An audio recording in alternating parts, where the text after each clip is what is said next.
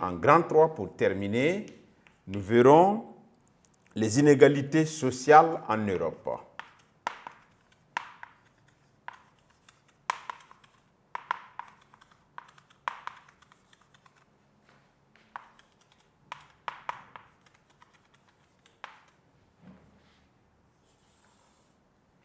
Alors, on verra en 1 les causes.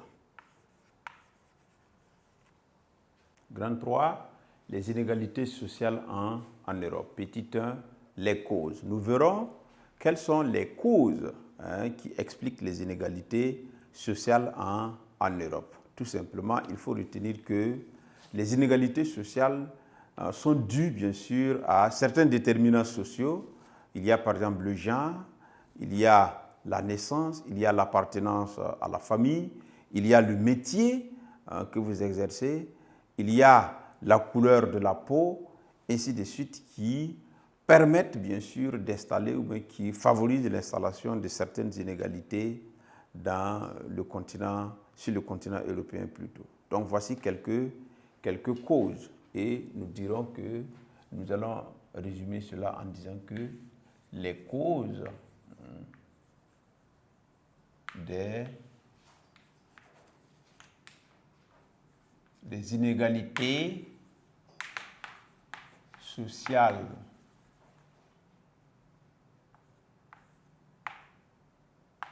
en Europe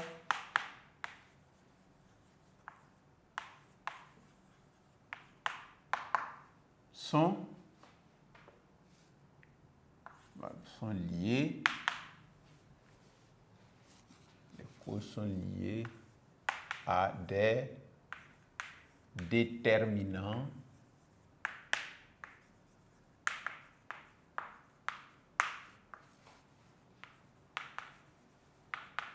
sociaux. Et comme déterminants sociaux, nous avons les inégalités qui sont liées au genre, qui sont liées bien sûr à votre pays de naissance, des inégalités liées à la composition familiale,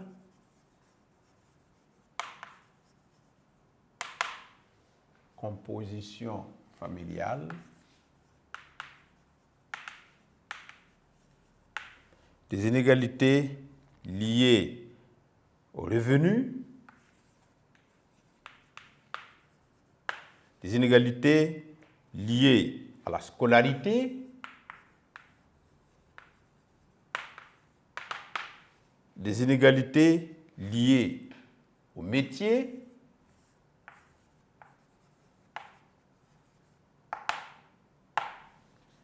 des inégalités liées à la couleur de la peau,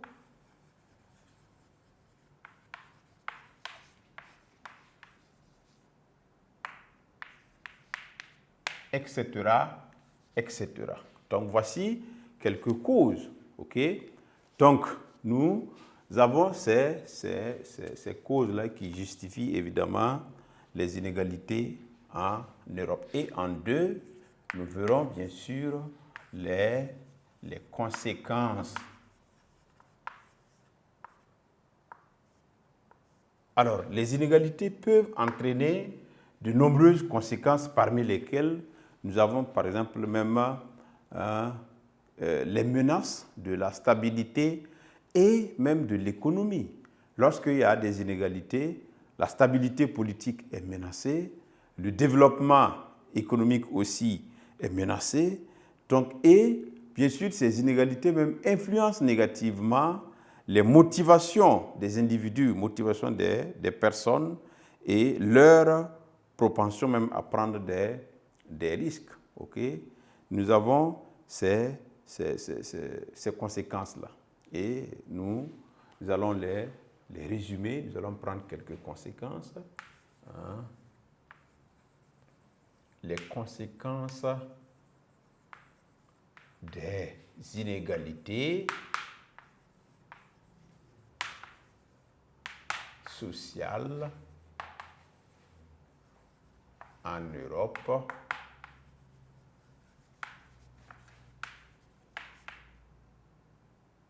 sont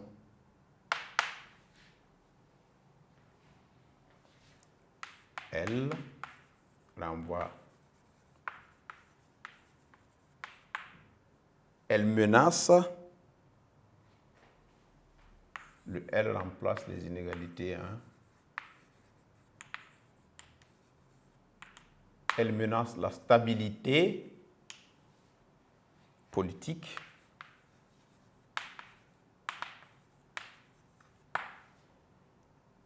Elle menace aussi, menace la stabilité politique, menace la croissance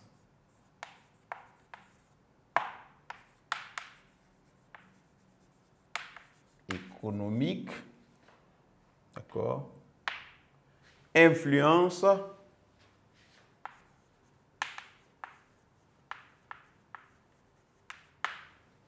elles influencent négativement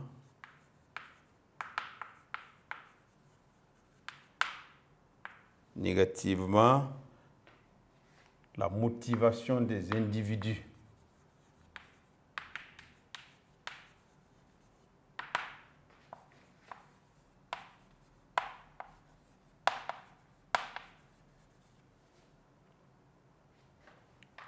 Et bien sûr, leur propension à prendre des risques.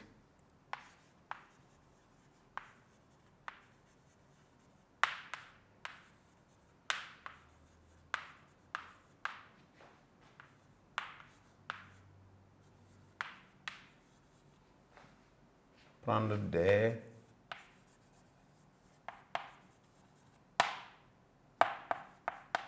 risques. Et enfin, nous allons aborder quelques mouvements de lutte contre les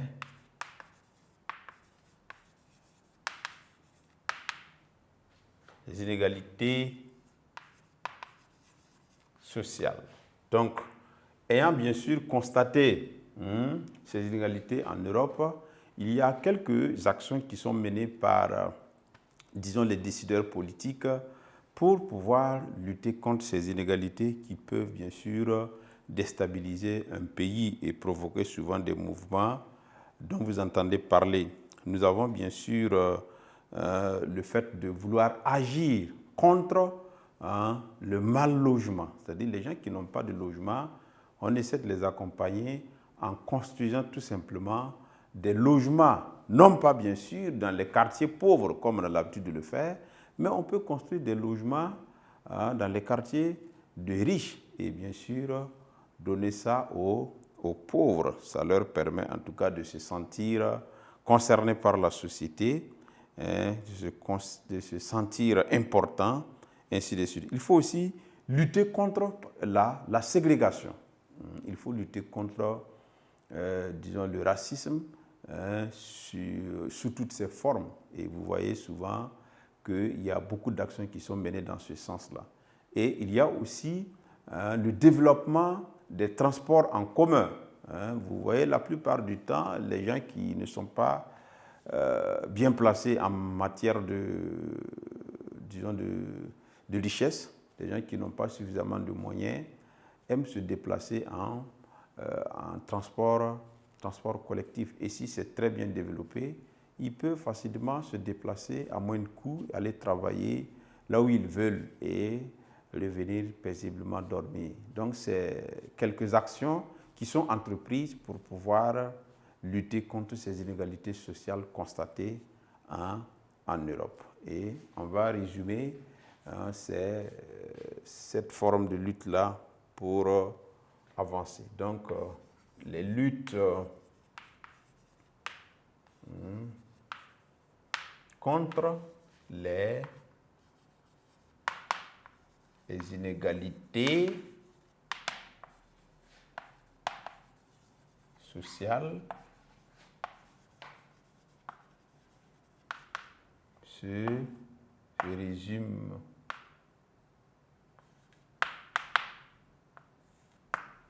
à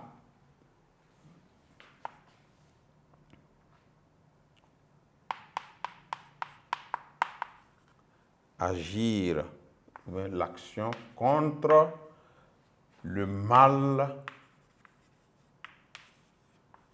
logement. Donc, il faut le faire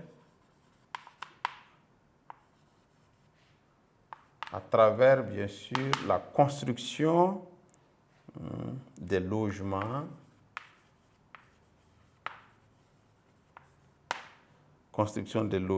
pour pauvres,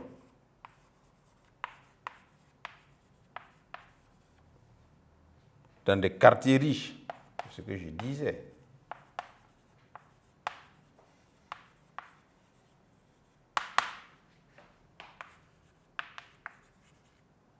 Si on construit ces logements dans des quartiers pauvres, évidemment, on ne va pas sentir la volonté de niveler un peu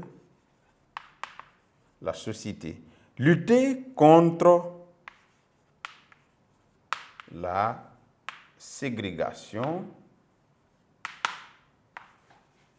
sous toutes ses formes.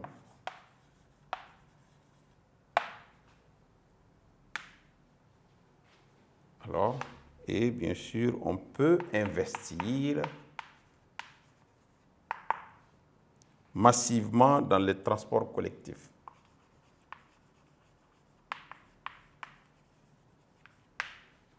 Massivement dans les transports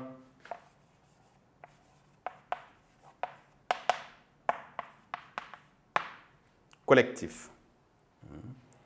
Et en conclusion, par là,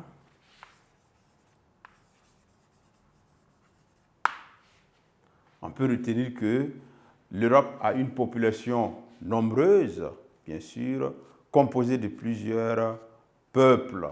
Okay? C'est un continent aussi qui enregistre d'importants flux migratoires avec les conséquences que cela peut entraîner. Et bien sûr, c'est un continent où des inégalités sociales sont constatées et des luttes sont menées pour pouvoir équilibrer ou bien pouvoir niveler ces inégalités. Donc c'est ce qu'on peut retenir. Donc nous allons faire quelques phrases pour résumer cela. D'accord? L'Europe a une population nombreuse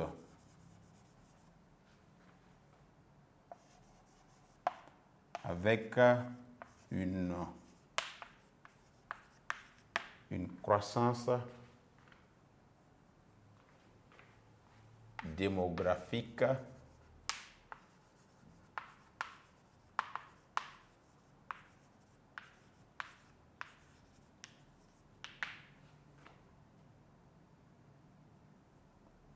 lente ou bien ralentie.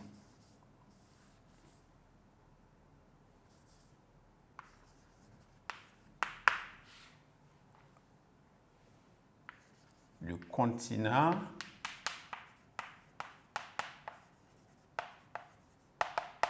connaît d'importants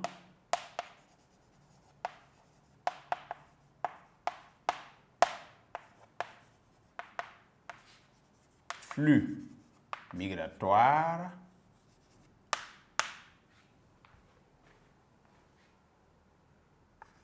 et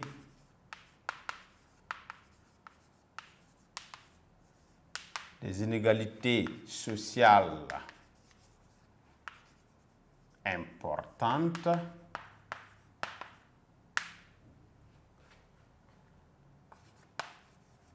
que les décideurs politiques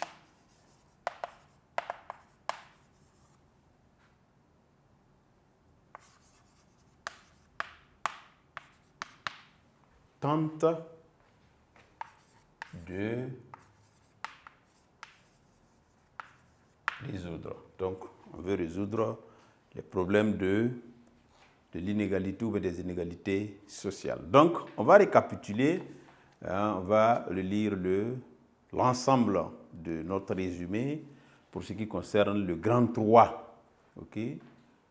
Les causes des inégalités sociales en Europe sont liées, c'est bel et bien un O, sont liées à des déterminants sociaux. Donc, et parmi les déterminants sociaux, nous avons le genre, nous avons le pays de naissance, nous avons la composition familiale, nous avons le revenu, nous avons la scolarité, nous avons le métier, la couleur de la peau, etc., etc., qui ont favorisé, bien sûr, l'installation de ces inégalités sociales. Les conséquences des inégalités sociales en Europe sont, elles menacent la stabilité politique, la croissance économique, influencent négativement la motivation des individus et leur propension, c'est-à-dire la tendance à prendre des risques, etc., etc. Les luttes contre les inégalités sociales se résument à, d'accord, l'action contre le mal logement, la construction des logements pour pauvres, d'accord, dans des quartiers riches, lutter contre la ségrégation sous toutes ses formes, investir massivement dans les transports collectifs, etc., etc. Et en conclusion, vous retenez que l'Europe a une population nombreuse avec une croissance démographique lente. Le continent connaît d'importants flux migratoires et des inégalités sociales importantes que les décideurs politiques tentent de résoudre, c'est-à-dire résoudre les inégalités sociales à travers ces luttes-là. Donc voilà un peu, de façon résumée, ce que nous pouvons dire sur la notion du jour qui concerne évidemment la dynamique de la population européenne. Donc sur ce, je vous dis merci et on se donne rendez-vous à la séance prochaine pour poursuivre.